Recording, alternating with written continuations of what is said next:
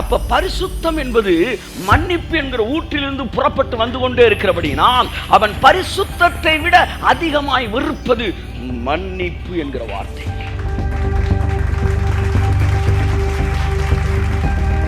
பிசாசுக்கு இந்த உலகத்திலே வெறுக்கிற வார்த்தை மன்னிப்பு. ஏனென்றால் தன்னுடைய அத்தனை திட்டங்களையும் இந்த ஒரே ஒரு வார்த்தையினாலே நொறுக்கி போட்டார் இயேசு கிறிஸ்து. கையை தட்டுவதவர் ஆமே.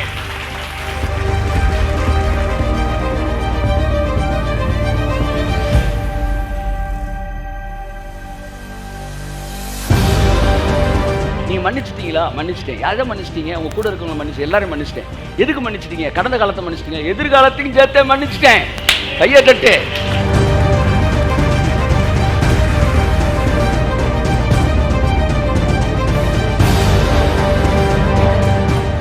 Praise God. Hallelujah. இயேசு கிறிஸ்துவின் நாமத்தினாலே உங்கள் ஒவ்வொருவரையும் வாழ்த்தி நான் வரவேற்கிறேன். கரங்களை தட்டி கர்த்தருக்கு நன்றி சொல்வோம். ஆமென். Praise God. என் அன்புக்குரியவர்களே, 2 கொரிந்தியர் 2ஆம் அதிகாரம் 11ஆம் வசனத்தை நான் வாசித்து 5வது வாரமாக சாத்தானின் தந்திரங்கள் என்கிற தலைப்பிலே உங்களிடத்தில் நான் தொடர்ந்து பேச விரும்புகிறேன். ஆமென். இதை தியானிக்க நிறைய மனக்கண்கள் திறக்குது, நிறைய ஆசீர்வாதங்கள் வருது. போன வாரம் பார்த்தோம் காம்ப்ரமைஸ்டு லைஃபு, அதாவது போதும் 80%, 70%, ஏதோ அப்படியே அந்த கால்வலியோடு போய் பரலோகத்தில் சேர்ந்துருவோம், ஏதோ அந்த சுகரோடு போய் என்ன செஞ்சிருவோம், அவர் ஃபிகரை பார்த்துருவோம் அப்படின்ற முடிவோடு இருக்கிறவங்கெல்லாம் கர்த்தர் சொல்கிறாரு, இங்கே பாருமா, நீ ஏதோ ஒரு வாழ்க்கை வாழ்ந்து செத்துடலான்னு சாகிறதுக்கு நான் ஏதோ ரத்தத்தை சிந்தலை, என்னோட கடைசி சொட்டு ரத்தத்தை சிந்திருக்கிறேன். அதனால் உனக்கு பிடிச்சு நீ வாழ விரும்பாட்டினா கூட எனக்கு சாட்சியா நீ வாழ்ந்து தான் ஆகணும். 100% கைத்தட்டு கேட்கவே முடியல என்னால். நான் சொல்கிறது புரியுதா உங்களுக்கு? ஆமாம்.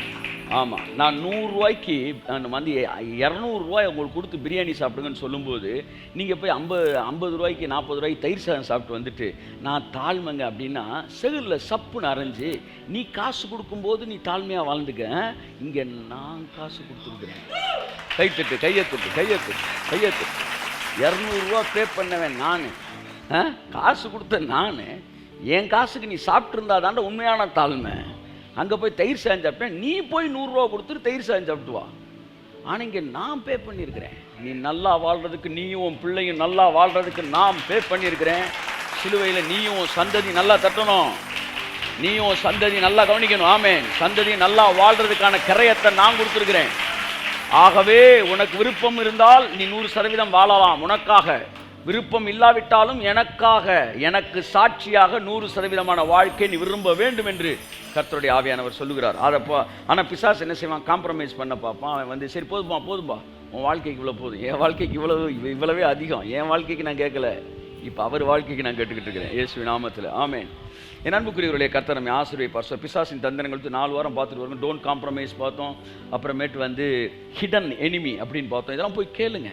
வியாதியை பார்க்காதீங்க, வியாதிக்கு பின்னாடி பிசாசை பாருங்க. என்னைக்கு இந்த உலகம் வியாதியை பார்த்துச்சோ அன்னைக்கே தோத்து போன உலகமாக மாறிடுச்சு. தன் தாயின் வயிற்றிலிருந்து சப்பானியாய் பிறந்த ஒருவன், தன் தாயின் வயிற்றிலிருந்து நடக்க முடியாமல் இருந்த ஒருவன், 2 லிஸ்டீரால இருந்த ஒருத்தன், அலங்கார வாசலில் வந்தேன், தன் தாயின் வயிற்றில் இருந்த பிறவி குருடனாக இருந்த ஒருவன், தன் தாயின் வயிற்றில். அப்படின்னா என்ன சொல்ல வர்றாருன்னா, மேனுஃபேக்சர் டிஃபெக்ட் இது.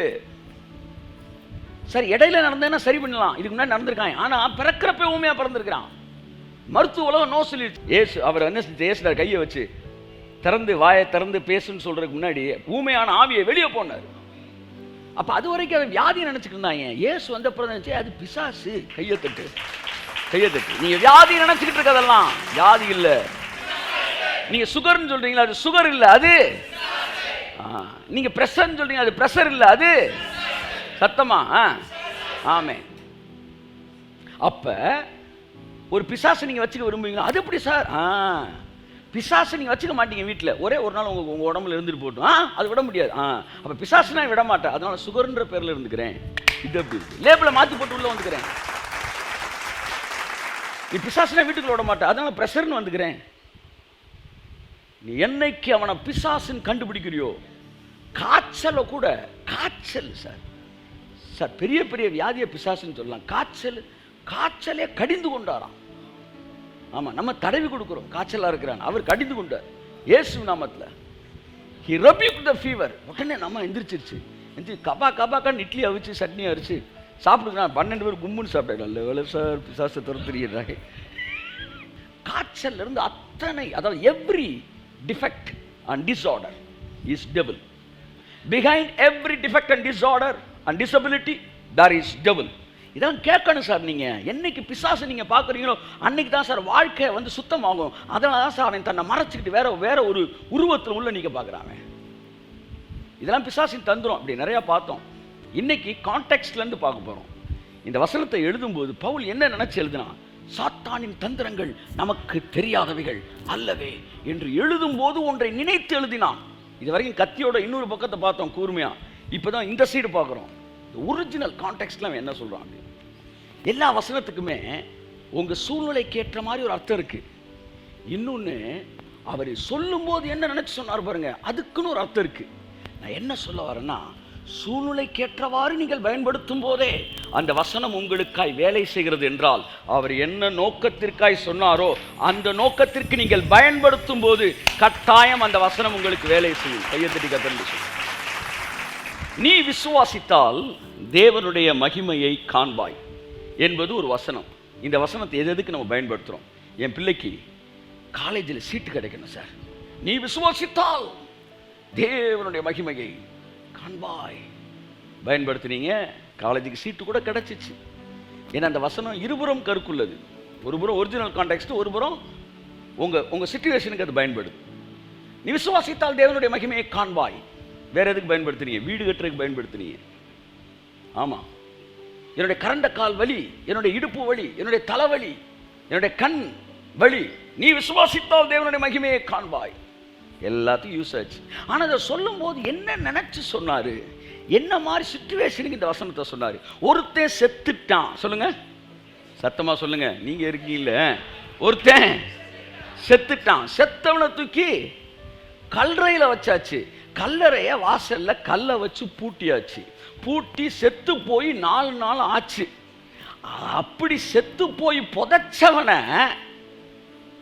புதைச்சிருக்கும் போது வந்து சொல்றாரு, நீ விசுவாசித்தால் தேவனுடைய மகிமையை கையத்தட்ட. இந்த வசனம் எதற்கு கொடுக்கப்பட்டது? ஒருவன் மரித்த உடனே எழுப்புவதல்ல, மரித்து புதைத்த பின்பு கூட ஒருவனை எழுப்பலாம் என்கிற இடத்திற்காக சொல்லப்பட்ட வசனம். அப்படி பார்த்தா எனக்கு தெரிஞ்சு கடந்த 200 வருஷமா இந்த வசனத்தை ஒருத்தன் கூட ஒரு இடத்துல கூட எதுக்காக இயேசு சொன்னாரோ அதுக்கு பயன்படுத்தல. ஆனா இயேசு சொன்னாரு, ஏய் சத்தத்தை குறமா, அவன் இப்ப எந்திரிக்க போறான். ஐயா 4 நாள் ஆயிடுச்சியா? ஐயா இதுக்கு முன்னாடிலாம் செத்தவனை எழுப்பின நீ பார்த்தது இல்லையாமா? பார்த்துருக்கேன். ஏன் அதெல்லாம் புதைக்கிறதுக்கு முன்னாடியா? ஐயா அது புதைக்கிறதுக்கு முன்னாடியா? அப்ப இது புதைச்சதுக்கு அப்புறம்யா? ஏய் புதைக்கிறதுக்கு முன்னாடி நான் எழுப்புவேன், புதைச்சதுக்கு அப்புறமும் எழுப்புவேன். கையத்தட்டு. ஐயா இதை என்னால புரிஞ்சுக்க முடியலையா? அதனால தான் இங்கனக்குள்ள இந்த வசனத்தை சொல்றேன். நீ விசுவாசித்தால், இந்த மாதிரி விஷயத்தை எவனும் விசுவாசிக்க மாட்டான். ஆனா நீ விசுவாசித்தால், நான் கேட்டேன், ஆண்டவரே எதுக்கு இந்த இடத்துல இந்த வசனம் சொன்னீங்க? எதுவுமே விசுவாசம் தானே, எதுவுமே விசுவாசம் தான் கிடைக்கும். ஆனா இந்த விஷயத்தை எவனும் விசுவாசிக்க மாட்டான். புதைச்சிட்டோம் சார், முடிஞ்சு போச்சு சார். அதனால உலகம் அதை எதிர்பார்க்காது. அதை தாண்டி ஒருத்தன் வந்து, ஆண்டவரே நீங்க செய்ய முடியும் ஆண்டவரேன்னு சொன்னா, இங்கே தான் இந்த ஸ்பெஷல் ஓப்பனிங் அவனுக்கு வருது. அதனால அவனை பார்த்து சொல்றாரு, நீ விசுவாசித்தால். இதை எவனுமே விசுவாசிக்கல. ஆமாங்கய்யா எல்லாம் புதைச்சோன்னு முடிஞ்சிருச்சுன்னாரியா. அந்த பாஸ்டர் கூட கையில் மண்ணெல்லி எரிஞ்சு விட்டு போயிட்டாரியா, உன்னை புழுதியான்னு சொல்லிட்டு போயிட்டாரு. நீ விசுவாசித்தால் தேவனுடைய மகிமையை காண்பாய். பொண்ணு என்ன 4 நாள் கழிச்சு? ஆமாம் 4 நாள் இல்லை, 4 மாதமானாலும் 4 வருஷமானாலும் நான் எழுப்பணும்னா, நீ நம்புனா என்னால் உனக்கு அதை செய்ய முடியும். இதையெல்லாம் வருகிற நாட்கள் இந்த உலகம் பார்க்க போது. ஒரு பரிதாபமான சம்பவம். இந்த வசனத்தை இதுக்காக சொன்னார், அதுக்காக ஒருத்தன் கூட அதை அதுக்கு பயன்படுத்தலை. ஆனால் அதற்காக பயன்படுத்துகிற காலம் வந்திருக்கிறது. ஸோ கான்டெக்ஸ்டில் பயன்படுத்துறது ரொம்ப முக்கியம். எல்லாம் சொல்லுங்கள். ஆமாம், நீ விசுவாசத்தால் தேவனுடைய மகிமையை காண்பாய். வீடு கட்டுவது, வாசல் கட்டுவது, கார் வாங்குவது, ஓட்ட பைக்கை ரிப்பேர் பண்ணுவது என்பதற்காகலாம் பயன்படுத்துகிற இந்த சபை அதை கான்டெக்ஸ்டில் அந்த என்ன நோக்கத்தில் சொன்னாரோ அதுக்கு பயன்படுத்தும். அந்த வசனத்தை ஒரு தடவையாச்சும் அவர் சொன்னதுக்காக நிறைவேற்றணும். ஆமேன்னு சொல்லுங்க. அப்போ நம்ம ஆத்மா சாந்தி அடையும். இல்லையா சொல்லுங்க. அவர் ஆத்மா சாந்தி அடைவதாக. எதுக்கு சொன்னார் இந்த வசனம்? எதுக்கு சொன்னார்? புதைச்சவனை எழுப்புறதுக்கு, செத்தவனை எழுப்புறதுக்கு இல்ல. கையை தட்டு, நல்லா தட்டு. ஓகே, எந்த வசனமுமே கான்டெக்ஸ்டோட பார்க்கணும். வேற மாதிரி நீங்க பார்க்கலாம். தேவன் அந்த வசனத்தை உங்களுக்கு வேறு விதமா எடுத்து சொல்லலாம். ஒரு வசனத்துக்கு ரெண்டு பக்கம் இருக்கு. A.W. Tozer சொல்றாரு, a word of God has two sides like a coin has two sides என்றார். It's true. நாம் ஆராய்ந்து பார முடியாத பெரிய காரியங்களை, எண்ணி முடியாத அற்புதங்களையும் அதிசயங்களையும் செய்கிறார் என்பது யோபு புத்தகத்தில் 2 முறை எழுதப்பட்டிருக்கிறது. ஒரு முறை எதிர்மறையான காரியங்களோட கனெக்ட் பண்ணி ஒருத்தர் யோபு பேசுறான். என்னென்னமோ நடக்குதுப்பா, ஆராய்ந்து பார்க்க முடியாத அப்படின்னு நெகட்டிவ் கான்சியஸ்ல பேசுறான், நெகட்டிவ் கான்டெக்ட்ல. அதே வசனம் பாசிட்டிவாகவும் பேசுறான். இன்னொருத்தர் நாம் ஆராய்ந்து பார்க்க முடியாத பெரிய காரியங்களை, எண்ணி முடியாத அதிசயங்களையும் பேசுறான். ரொம்ப முக்கியம். வசனம் ஒண்ணுதான், வாசனை வேற. ஆமா, நீ வெங்காயத்தை தின்னுட்டு பிரியாணி வெங்காய வாடை தான் வருது. யோபு நல்ல வசனத்தை சொன்னாலும் அது லைட்டா நாறுது. என்னடான்னா அவன் உள்ள உடைக்கப்பட்டு ஒரு மாதிரி இருந்தான். இப்ப சாத்தானின் தந்திரங்கள்னு பேசும்போது ஹிடன் எனிமி, தன்னை மறைச்சுக்குவோம், அது ஒரு தந்திரம். காம்ப்ரமைஸ் பண்ணுவான் அவனை, அது ஒரு தந்திரம். இப்படி நிறைய தந்திரம் 4 வாரம் பார்த்தோம். இன்னும் தேவைப்பட்டோம், இன்னும் பார்ப்போம். நம்ம அவனை பார்க்க பார்க்க பார்க்க மக்களுடைய மனக்கண்கள், அதாவது அவனுடைய தந்திரத்தை பார்க்க, வல்லமையை பார்க்கறதுக்கு ஒன்றுமே இல்லை, ஏன்னா அவன்கிட்ட வல்லமை இல்லை, அதை அவர் புரிந்து கொண்டார். தந்திரத்தை பார்க்க பார்க்க அவனுடைய முகத்திரையை நீங்கள் கிழிக்கிறீங்க. அப்போ மக்களுடைய மனக்கண்கள் திறக்குது பாருங்க. திறந்த உடனே இவ்வளவுதானா, சே இதுக்கு போய் பயந்துட்டேன்டா. இப்போ நீங்கள் ஒன்றும் இல்லைங்க, திடீர்னு கதவை திறக்கிற ஒருத்தர் கருப்பு உருவா நிற்கிது, ஆன்னு பயந்துட்டே இருன்னு சொல்லி லைட்டை போட்டு முகமுடி எடுத்தா உங்கள் வீட்டில் இருக்க ஒரு ஆள் உடனே உங்களுக்கு என்ன சொல்றீங்க? முகத்திரையை கிழிச்சிட்டீங்க, இப்போ பயமே இல்லை வந்துச்சா? அப்படித்தான் அவன் முகத்திரையை கிழிக்க கிழிக்க உங்கள் பயம் ஒவ்வொன்றா உங்களை விட்டு வெளியே போக ஆரம்பிக்கும். ஸோ சாத்தானுடைய தந்திரங்களை நாம் பார்ப்பது நமக்கு அவசியமானதாக இருக்கிறது. ஓகே, இப்போ என்ன கான்டெக்ஸ்டில் அது எழுதப்பட்டிருக்கு என்று பார்ப்போம். அந்த வசனம் வாசிங்க. சாத்தானாலே நான் மோசம் போகாதபடிக்கு அப்படி செய்தேன், அவனுடைய தந்திரங்கள் நமக்கு தெரியாதவைகள் அல்லவே. பவுல் ஒரு சபை தலைவனாக இந்த வசனத்தை எழுதுகிறார். சாத்தானாலே நாம் மோசம் போகாதபடிக்கு பவுல் தன்னையும் சேர்த்துக் கொள்ளுகிறான். அப்படி என்றால் இங்கே ஏதோ ஒரு விஷயத்திலே பவுலும் கூட மோசம் போகிறது கிட்ட நெருங்கி இருந்திருக்கிறான். அவனே ஏமாற்றப்படலான்னு யோசிச்சு, நல்ல வேலைடா நம்ம பொழைச்சோண்டா அப்படின்றான். கையெழுத்துட்டு வருது அவருக்கு. சாத்தானாலே நாம் மோசம் போகாதபடிக்கு இதை உங்களுக்கு எழுதுகிறேன், அவனுடைய தந்திரங்கள் நாம் அறியாதவைகள் அல்லவே அப்படின்னு முடிக்கிறான். என் அன்புக்குரியவர்களே, இந்த வசனத்தை இந்த கான்டெக்ஸ்ட்ல சபை புரிஞ்சுக்கிடுச்சுன்னா, நான் சொல்றேன் எழுதிக்கங்க, 1000 வருஷ அரசாட்சியோட மேனிஃபெஸ்டேஷன் ரொம்ப வேகமாக நடந்துடும். நம்முடைய சந்ததியில் நம்ம அதை பார்த்துருவோம் இயேசு நாமத்தில். இந்த வசனத்தோட கான்டெக்ஸ்ட் என்ன சொல்ல வரான் அப்படின்னா, டெவிலோடைய கண்ட்ரோலுக்குள்ள மனுஷன் எப்போ வரான் அப்படின்னா, தவறு செய்யும் போது உங்களை சுற்றி இருக்கிற எல்லாரும், இப்போ 200 பேர் 100 பேர் இருக்கீங்கன்னா 99 பேர் தவறு செய்தவர். இவர்களை மன்னிக்காத ஒரு இடத்துக்கு நீங்க வரும்போது, you are coming right under the control of devil. பவுலே அதை எழுதிட்டு அவனை தண்டிக்கணும்னு சொல்லி 2 கொரிந்தியர் சொல்றான், ஏய் வேண்டாம்யா, நம்ம பிசாசுடைய தந்திரம் நமக்கு தெரியாதது கிடையாது, அதனால நம்ம மோசம் போயிடக்கூடாது, அதனால நான் சொல்ற மாதிரி இப்ப நீ செய் அப்படின்னு 1 கொரிந்தியர் 5 எழுதுனதை 2 கொரிந்தியர் 2 மாத்துறான். இந்த மாறுதல் தான் ஒரு சபையவே டெலிவர் பண்ணுது. இப்ப இதைத்தான் உங்கள்கிட்ட நான் பேச விரும்புகிறேன். பிசாசின் தந்திரங்களிலே ஒன்று. இன்னைக்கு என்ன பேச வரேன்? ஆவியானவர்கிட்ட கேட்டார், பிசாசுக்கு பிடிக்கவே பிடிக்காத வார்த்தை என்ன, நீ சொல்லு பார்ப்போம் அப்படின்றார். இயேசுன்ற நாமம். நான் பிடிக்காத பேரு கேட்கல, பிடிக்காத வார்த்தை சொல்லு பார்ப்போம். எழுதி வச்சுக்காங்க சார். இந்த உலகத்திலே வெறுக்கிற வார்த்தை பரிசுத்தம் அல்ல. அதை வெறுக்கிறான், அதை விட ஒன்று வெறுக்கிறான். அந்த வார்த்தை என்னன்னா மன்னிப்பு. கையத்தட்டு வருது அவருக்கு. ஆமே, நல்லா கைத்தட்டுங்க. பிசாசுக்கு இந்த உலகத்திலே வெறுக்கிற வார்த்தை மன்னிப்பு. ஏனென்றால் தன்னுடைய அத்தனை திட்டங்களையும் இந்த ஒரே ஒரு வார்த்தையினாலே நொறுக்கி போட்டார் இயேசு கிறிஸ்து. கையத்தட்டு வருவார். ஆமே. ஓ ராபா காலா தியாங்கா. Holiness is a product, but forgiveness is a producer of holiness. Kaiyathattu வருவார். ஆமே. புரியுதா உங்களுக்கு? மன்னிப்புன்றது தண்ணி, பரிசுத்தம்ன்றது தண்ணீர். பரிசுத்தம்ன்ற தண்ணீர், அவனுக்கு தண்ணீர் பிடிக்காது. ஆனா மன்னிப்பு என்பது ஊற்று. அப்ப இந்த தண்ணீர், பிடிக்காத தண்ணீர் எங்க இருந்து வருது? இந்த ஊத்துல இருந்து தாண்டா வருது. அப்ப பரிசுத்தம் என்பது மன்னிப்பு என்கிற ஊற்றிலிருந்து புறப்பட்டு வந்து கொண்டே இருக்கிறபடினால் அவன் பரிசுத்தத்தை விட அதிகமாய் விருப்பது மன்னிப்பு என்கிற வார்த்தை. ஏனென்றால் இந்த ஒரே ஒரு வார்த்தையினால இந்த உலகத்தையே டிரான்ஸ்ஃபார்ம் பண்ணிட்டார் கர்த்தர். கை தட்டிருக்கீங்க. புரிஞ்சவங்க இல்லையா? புரியுது உங்களுக்கு? ஆவியானவங்க கண்ணை திறக்கட்டும், கண்ணை திறக்கட்டும். இந்த பைபிளில் இருக்கிற அத்தனை ஆசீர்வாதத்துக்குள்ளே நல்லா தெரிஞ்சுக்கங்க. நீங்கள் அனுபவிப்பதற்கு உங்களுக்கு ஒரு டோர் தான், ஒரே ஒரு டோர் தான் திறந்துச்சு. அந்த டோருக்கு பேர் என்ன? மன்னிப்பு. அதனால் அவன் உள்ளே இருக்கிற ஆசீர்வாதத்தில் அவன் அந்த மன்னிப்புன்ற டோரை தான் க்ளோஸ் பண்ண பார்க்குறான். பவுலே அதை பேச பார்த்தான். கடைசியில் சொல்லிட்டு அவன் தந்திரங்கள் நமக்கு தெரியாதல்லடான்றான். ஸோ இப்போ நம்ம மேட்ருக்கு வருவோம். நல்லா பாருங்கள், எந்த சூழ்நிலையில் பவுல் சாத்தானின் தந்திரங்கள்ன்ற ஒரு டைட்டிலில் பேச ஆரம்பித்தான், எந்த சூழ்நிலையில் பேச ஆரம்பித்தான் அப்படின்றத நம்ம பார்க்க போகிறோம். என்ன மாதிரி சிச்சுவேஷனில் அதை எழுதுகிறான் பாருங்கள். 1 கொரிந்தியர் 5ஆம் அதிகாரம் 1ஆம் வசனம் 5ஆம் வசனத்தை வாசித்தீங்கன்னா 2 கொரிந்தியர் 2ஆம் அதிகாரத்தில் அவன் தந்திரம் எதை சொல்கிறான்னு உங்களுக்கு புரியும். 1 கொரிந்தியர் 5ஆம் அதிகாரம் 1 to வாசிங்க, 1 to 3. உங்களுக்குள்ளே விபச்சாரம் உண்டென்று பிரசித்தமாய் சொல்லப்படுகிறது. பிரசித்தமாய் என்னவா? என்ன வார்த்தை வருது பாருங்க? விபச்சாரம். விபச்சாரம் உண்டு என்று பிரசித்தமாய் சொல்லப்படுகிறது. 1 கொரிந்தியர். சரி, வரங்கள் எங்க இருக்கு சொல்லுங்க? எந்த எதுல பைபிள்ல 9 வரங்கள் எங்க படிக்கிறீங்க சொல்லுங்க, சொல்லுங்க. 1 கொரிந்தியர். அப்படியா? சரி, அடுத்து ஆவிக்குரிய அனுபவங்களை எங்க எழுதுறார் பவுல்? 1 கொரிந்தியர். கிருபையின் உச்சத்த பூரணத்தை எங்க எழுதுறார்? 1 கொரிந்தியர் எழுதுறார். நீங்கள் பரிசுத்தவான்களுக்கும் பரிசுத்தமாக்கப்பட்டவர்களுக்கும் எழுதுகிறதாவது, அப்படிதான் தொடங்குறார்.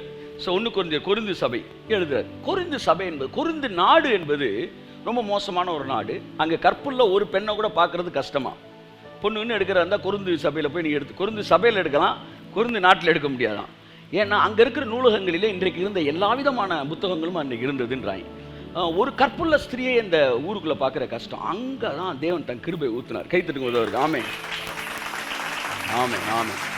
அதாவது பைபிள் சொல்லுது, பாவம் பெருகின இடத்தில் கிருபை அதிகமாய் போய் இருளிலிருந்து வெளிச்சத்தை உதிக்க செய்த தேவன். சார் இதுக்கெல்லாம் நீ கையை தட்டிருக்கணும் சார். ஓகே, 1 கொரிந்தியர் உங்களுக்குலாம் வெளியில் இல்லை, சபைக்குள்ள சொல்றாரு. விபச்சாரம் என்பது பிரசித்தமாய் சொல்லப்படுகிறது. வாசிங்க தொடர்ந்து. ஒருவன் தன் தகப்பனுடைய மனைவியை வைத்துக் கொண்டிருக்கிறானே, அது அஞ்ஞானிகளுக்கும் சொல்லப்படாத விபச்சாரமா இருக்கிறது. யாரோ ஒரு அப்பா வந்து செகண்ட் மேரேஜ் பண்ணியிருக்காரு, செகண்ட் மேரேஜ் பண்ணவர் அவர் இறந்து போயிட்டாரு என்னன்னு தெரியல. அதுக்கப்புறம் இவன் வந்து என்ன செஞ்சுட்டான் பாருங்க, அவன் சொல்றான், இது அஞ்ஞானிகளுக்குள்ள கூட இல்லாத பெரிய தப்பை பண்ணியிருக்கீடா, வெளியில கூட இருக்கிற பஞ்சாயத்து கட்ட பஞ்சாயத்துல இப்படி மேட்டர் வந்ததில்லை அப்படின்னு எழுதுறாப்புல பவுல். எழுதிட்டு அவன் வைத்து கொண்டிருக்கிறான் அப்படின்றார். அவன் தப்பு பண்ணிட்டான் அப்படின்னு. தப்பு பண்ணவனை வெளியே அனுப்பு அப்படின்னா சர்ச்சில் இருக்க பாதி பேரை வெளியே அனுப்பியிருக்கணும். ஆனால் இவனுடைய பிரச்சனை என்ன? தப்பு பண்ணவே இல்லை, உன்னை லீகலைஸ் பண்ணுறான். ஒரு இல்லீகலான விஷயத்தை சொசைட்டிக்குள்ள அவன் வந்து ஒரு ஒரு என்ன சொல்ல, ஒரு ஒரு ஒரு கேதரிங்க்கு வரும்போதே கூட கூட்டிட்டு வரான். He wanted to make it legal. அதை வந்து சபை அங்கீகரித்தது. ஒருத்தர் தப்பு பண்ணிட்டான், எங்கேயோ தப்பு பண்ணா, இல்லை எத்தனையோ தடவை தப்பு பண்ணா, இல்லை ஏதோ ஒன்று தப்புன்னு நினைச்சிருக்கான், தப்பு பண்ணியிருக்கிறான். இவன் வந்து அது தப்பே இல்லை அப்படின்னு லீகலைஸ் பண்ற ஒரு மனிதன். அதைத்தான் பவுல் எழுதுறாரு. பண்ணி வாசிங்க. இப்படிப்பட்ட காரியம் செய்தவனை நீங்கள் உங்களை விட்டு நீக்காமலும் துக்கப்படாமலும் இருமாப்படைந்திருக்கிறீர்கள். பாத்தீங்களா? அப்போ வந்து இது மறைவா நடந்ததுன்னா சொல்லுவேன், சார் இதெல்லாம் எங்களுக்கு எப்போ சார் தெரியும், எங்களுக்கு இதான் வேலையா சார், ஒருத்தர் போய் பார்த்துக்கிட்டு இருக்கேன்னு கேட்டிருப்பாங்க. அப்போ சபையை திட்டுறாரு, இதை ஏன்டா நீ கரெக்ட் பண்ணல அப்படின்னாருன்னா அது ஓப்பனாகவே அவன் லீகலைஸ் பண்ணி ஒன்று செஞ்சிருந்திருக்கான். ஈவன் வந்து டிஸ்கஷன் மீட்டிங் கூட வந்திருப்பான்னு நினைக்கிறேன், வந்து உட்காந்து பேசிட்டு தானே என்னன்னு தெரியல. அப்போ வந்து அவன் இஸ் ஹோல்டிங் ஹேண்ட்ஸ் அண்ட் இந்த மாதிரி ஒரு விஷயத்து நடந்துகிட்டு இருக்கு. அப்போ வாசிங்க. நான் சரீரத்தினாலே உங்களுக்கு தூரமா இருந்தும் ஆவியினாலே உங்களோட கூட இருக்கிறவனாய் இப்படி செய்தவனை குறித்து நான் கூட இருக்கிறது போல நீங்களும் என்னுடைய ஆவியும் நமது கர்த்தராகிய இயேசு கிறிஸ்துவின் அதிகாரத்தோட கூடி வந்திருக்கையில் அப்படிப்பட்டவனுடைய ஆவி கர்த்தராகிய இயேசு கிறிஸ்துவின் நாளிலே ரட்சிக்கப்படும்படி மாம்சத்தின் அழிவுக்காக அடுத்து நம்முடைய கர்த்தராகிய இயேசு கிறிஸ்துவின் நாமத்தினாலே அவனை சாத்தானுக்கு ஒப்பு கொடுக்க வேண்டும் என்று சொல்லி தீர்ப்பு செய்கிறேன். ஒரு புரிஞ்சுக்கணும், சபையில் ஊழியனுக்கு தேவன் எவ்வளோ பெரிய அதிகாரத்தை கொடுத்துருக்கிறாரு. அவனை சாத்தானுக்கு ஒப்பு கொடுக்கும்படி தீர்ப்பு செய்கிறேன் சொல்லி ஜட்ஜ்மெண்ட் எழுதிட்டான். அவன் வந்து நரகத்துக்கு போகணும்னு சொல்லலை, நரகத்துக்கு என்னால் அனுப்ப முடியாது, ஏன்னா இயேசு மொத்தத்துக்கு முடிச்சு விட்டாரு. அதனால அவன் ஆவி ரட்சிக்கப்படட்டும், அவன் சரீரத்தை நான் சாத்தானுக்கு ஒப்பு கொடுக்குறேன்னு சொல்லி அவர் எழுதினார். எழுதிட்டு இந்த விஷயம் எப்பேற்பட்ட ஒரு தவறு என்பதை 2 கொரிந்தியரில் எழுதுறாரு. சாத்தானோட தந்திரத்தை நான் ஒரு வேலையை பார்த்துட்டோம்பா அப்படின்றாப்புல. அப்ப இதை படிச்சிட்டீங்களே, தீர்ப்பு செய்கிறேன். என்ன தீர்ப்பு செய்யறான் இவன்? நான் கொண்டு போய் நேரா வந்து ஒரு மந்திரவாதி கையில கொடுத்தாரு இல்ல. என்ன சொன்னார்னா, அவன் கூட இருக்கிற ரிலேஷன்ஷிப்பை எல்லாம் கட் பண்ணிக்கின்றான், அவ்வளவுதான். சாத்தானுக்கு ஒப்பு கொடுக்குறேன்னா என்ன, நேராக போய் காட்டு பங்களால போய் போட்டு கதவை பூட்டிடுறதா? என்ன சொன்னாங்க, ரிலேஷன்ஷிப்பை நிப்பாட்டிக்க, சர்ச்சுக்கு வரானா உட்காரனை விட்டு நீ கூட போய் கட்டி தழுவி இது பண்ணினா கொஞ்சம் புளித்த மாவு அநேக மாவை புளிக்க போகணும். அதை அங்கீகரிக்காத, அவன் செய்கிற தவறை அங்கீகரிக்காத, அவனுக்கு டிஸ்டன்ஸில் இரு. ஐயா, அப்போ சாத்தானுக்கு ஒப்பு கொடுக்குற நீ விலகிட்டினாலே அங்கே சாத்தான் வந்துடுவான். ஒருத்தனை காலி பண்ணணும்னா சபையில் இருக்கிறவங்க ரிலேஷன்ஷிப்பை நிப்பாட்டினாலே போதும் சார், எல்லாமே தானாக நடக்கும். நீங்கள் சாத்தானே வா வா அம்மா இங்கே வா வான்னு கூப்பிட வேணாம். ஆசை புத்தம் தாத்தா God bless you devil kiss you அது மாதிரி. ஒருத்தன் சர்ச்சிலேருந்து வெளியே போனானாலே மீதி வேலையெல்லாம் மேப்படியான் தானாக பார்த்துருவார். அதான் தாவீது சொல்கிறாரு, நீர் பேசாதிருந்தால் நான் குழியில் இறங்குறவங்களுக்கு ஒப்பாவேன். நீங்கள் என்ன குழியில் இறக்கணும்னா ஒன்றுமே செய்வேண்ணா, நீ பேசுகிற மட்டும் நிப்பாட்டிக்காங்க, நான் குழியில் இறங்கிடுவேன். ஆமாம், நீங்களும் ஊழியக்கார் பேசுகிற நிப்பாட்டிட்டு ஒரு 6 மாதம் அவன் செய்தியவே கேட்காம இருங்க, ஆட்டோமேட்டிக்காக அடுத்து வரும்போது குழியில் என்ன ஐயோ இதாக இருக்கு. எல்லாருமே தான் தேவனுடைய வார்த்தையை கட்டி குழியில் தான் இருக்கணும்.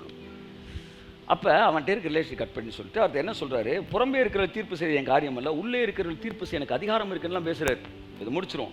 2 கொரிந்தியர் 2 அவர் எழுதுறாரு, அழகா வாசிப்போம். 2 கொரிந்தியர் 2:1 வாசிங்க. நான் துக்கத்துடனே உங்களிடத்தில் மறுபடியும் வராதபடிக்கு எனக்குள்ளே தீர்மானித்துக் கொண்டேன். பார்த்தீங்களா, இந்த தவறு செய்தது அவனுக்கு ஒரு பெரிய துக்கமாக இருந்துச்சு. அது மறுக்க முடியாத ஒரு விஷயம். எந்த தவறும் நம்மை சுற்றி நடக்கும்போது நமக்கு துக்கமான விஷயம். துக்கம் இல்லை என்று வேதம் சொல்லவே சொல்லாது. உங்கள் கணவன் தவறு செய்யும்போதோ, உங்கள் மனைவி தவறு செய்யும்போதோ, உங்கள் பிள்ளைகள் தவறு செய்யும்போதோ, அல்லது உங்களை சுற்றி இருக்கிறவர்கள் உடன் ஊழியர்கள் தவறு செய்யும்போது துக்கத்தை உண்டாக்கக்கூடிய விஷயம். ஆனால் ஹவு டு ஹேண்டில் த துக்கம், அதான் பேசுறாரு. இந்த துக்கம் வந்த உடனே ஐயா உள்ளே நையான்னு ஒருத்தன் வெளியே நிற்பான். அவன் யார்? நான் உங்க துக்கத்துக்கு சரியா மருந்து கொடுக்குறேன். அப்ப எப்ப துக்கம் வந்தாலும் அதை கையில் எடுத்து ஹேண்டில் பண்ண ஒரு மேப்படியான் வெளியில நிற்கிறான். புரிஞ்சுக்க, யார் மீது கோவம் வருதோ, வருத்தம் வருதோ, பிரச்சனை வருதோ, அப்பெல்லாம் அதை பிசாசு தன் கையில் எடுத்து வேலை செய்ய தயாராக இருக்கிறான். அந்த நேரத்தில் தான் தேவனுடைய பிள்ளைகள் மிக சரியாக பிசாசின் தந்திரங்களை புரிந்து கொண்டு கையை தட்டுவதற்கு ஆமென். நீ செய்த நன்மைகள் நினைத்து பார்க்கிறேன், ஒவ்வொன்றும் ஒரு விதம் ருசித்து மகிழ்கிறேன். பெரிய பெரிய ஊழியக்காரன் குடும்பங்கள் எல்லாம் துக்கங்கள் வராதுன்னெலாம் கிடையாது. துக்கங்கள் வந்தப்ப அந்த வீடுகளில் இருந்தவர்கள் அல்லது அவர்களை சுற்றி இருந்தவர்கள், அந்த காலத்துலலாம் அந்த சபையில் இருந்த மக்கள்லாம் கூட துக்கம் இருக்குல்ல சார், துக்கம் உண்மைதான், ஆனால் அதை எப்படி நீ ஹேண்டில் பண்ண? அப்போ தேவன் ஹேண்டில் பண்ண விட்டு கொடுத்தியா, பிசாசு ஹேண்டில் பண்ண விட்டு கொடுத்தியா? இப்போ வந்து பவுல் சொல்றா, டே ஒரு துக்கம் வந்துருச்சுரா, இப்போ நம்ம பிசாசோட தந்திரத்துக்கு ஜாக்கிரதையா இருக்கணும். கையை தட்டு, கையை தட்டு. அப்போ ஒவ்வொரு பிரச்சனையும் நீங்கள் பிரச்சனை வரும்போது அந்த இடத்துல பிசாசோட தந்திரம் உள்ள வரும். நான் இருக்கேன், பிசாசு சொல்லுவேன் நான் இருக்கேன் அப்படின்னா, ஆமாப்பா நீ இருப்பா, என் வாழ்க்கை இருக்காது, தயவுசெய்து நீ போயிரு. எப்பெல்லாம் பஞ்சாயத்து வருதோ அப்பெல்லாம் 3வது ஆள் வருவான். ஏன்னா பைபிள் சொல்லுது, ஒருவருக்கு ஒரு முறையிடாதிருங்கள். ஆமா, சூரியன் அஸ்தமிக்கிறதுக்கு முன்பாக உங்களுடைய இது என்னது எரிச்சல் தனியட்டும், பிசாசுக்கு இடம் கூடாதிருங்கள். அடுத்து அவன் வரான், சார் சார் ஏதோ குடும்பத்தில் பஞ்சாயத்து தெரியும் சார் சார் போறியா, இப்ப இருக்கிற போது ஒன்னே தீரப்பாரு ஓடி. பிசாசின் தந்திரங்க. இப்ப சபைக்குள்ள ஒரு பிரச்சனை வந்துருச்சு, பவுல் எப்படி ஹேண்டில் பண்றான் பாருங்க. அவன் சொல்றான், நான் துக்கத்தோடு உங்களுக்கு இடத்தில் வராதபடிக்கு நான் தீர்மானித்து எழுதுகிறேன். வாசிங்க 2 கொரிந்தியர் 2 வந்து ரொம்ப அழகா, ரொம்ப முக்கியமான இந்த விஷயத்தை இன்னைக்கு நான் பேச போறேன். ரொம்ப இந்த உலகம் யாரால விடுதலை பெறப்போகுதுன்னு பேச போறேன். சும்மா குடும்ப பிரச்சனைகள்ல குடும்பங்கள் வந்து நான் சொன்னேன் பார்த்தீங்களா, ஒரு மனுஷனுக்கு எல்லாமே கடவுள் கொடுத்துருந்தாராம், ஆனால் அதை அனுபவிக்கிறதுக்கு ஒன்றுமே கொடுக்கலையாம். அந்த மாதிரி வாழ்க்கையில் எல்லா ஆசீர்வாதத்தையும் வாங்கிட்டு உன் ஆரோக்கியம், அதாவது ஆவிக்குரிய ஆரோக்கியம் நல்லா இருந்தால் தான் அதை அனுபவிக்க முடியும். இப்போ பேசுகிற வார்த்தை உன ஆவிக்குரிய ஆரோக்கியத்தை உனக்கு கொடுக்கக்கூடியது. சிலரை பார்த்துருக்கேன், இந்த ஆரோக்கியம் இல்லாததுனால எவ்வளவு நல்ல விஷயங்கள் கூட இருந்தாலும் அவன் மனசு வந்து பாருங்க அப்படியே தீயில வெந்துகிட்டு இருக்கிற அப்படியே மெழுகு போல தான் இருப்பாய். ஏன் தெரியுமா? எல்லாம் இருக்கு, அனுபவிக்கிறதுக்கான என்ன இல்லை, ஆரோக்கியம் இல்லை. அதனால தான் கேரக்டர் மோல்டிங் மெசேஜ் நிறைய நீங்க கேட்கணும். ஆமா, கிருபை எப்படி பாருங்க, தேவனுடைய நீதி நம்மை அவருடைய அடிச்சுவடுகளில் நிறுத்துகிறது. God's style of life, God's standard life style, அது சபைக்கு ரொம்ப முக்கியம். கிருபையில் வந்து கேரக்டர் மோல்டிங் வந்தால் தான் கிருபை என்ஜாய் பண்ண முடியும். புரியுதா உங்களுக்கு? கிருபைன்றது என்னன்னா பதார்த்தங்கள், நிறைய சாப்பாடு எல்லாத்தையும் கொடுத்துரும், நாக்க அறுத்துட்டு போயிட்டா என்ன ஆகுது அப்படின்ன மாதிரி. அப்போ இது எல்லாமே சாப்பிடணும்னா நாக்கு நல்லா இருக்கணும். அந்த மாதிரி தான் இந்த சிலுவையின் ஆசீர்வாதங்கள் கிருபை அனுபவிக்கிறதுக்கு உங்களுக்கு ஆவிக்குரிய ஆரோக்கியம் என்கிற குணநலன்கள் வரும்போது தான் இதனுடைய ரியல் டேஸ்டே உங்களுக்கு தெரியும். கை தட்டுங்க ஒரு தவறுக்கு. ஆமே. நூற்றுக்கணக்கான குணங்கள் இருக்கு, நூற்றுக்கணக்கான, ஒவ்வொன்றும் ஒரு விதம். ஆமா, ஒவ்வொன்றும் ஒரு விதம் ருசித்து மகிழ்கிறே. நான் கர்த்தருக்கு நன்றி சொல்றேன். அதாவது கிருபை இல்லை இருக்கிறேன்ற புரிந்து கொள்ளாமல் இருந்தபோது, கிருபையில் இருந்தபோது ஒரு 13, 20, 15 வருஷத்துக்கு பிரசங்கம் பண்ணோம். அதில் நிறைய கேரக்டர் மோல்டிங் பேசினேன். கர்த்தர் நல்லவர், அதனால நிறையா விஷயங்கள். ஆமாம், உங்களுடைய சாட்சிகளுடைய தியானமாக இருக்கிறபடினால் எனக்கு போதித்தவர்கள் எல்லோரிலும் நான் ஏதோ கர்த்தர் நம்ம கொடுத்துருக்கிறாரா அப்படின்னு சந்தோஷப்பட்டிருக்கிறேன். அதில் ஒன்று தான் இன்றைக்கி நான் பேச விரும்புகிறேன். அவன் சொல்றாரு, பவுல், வாசிங்க, தொடர்ந்து வாசிங்க.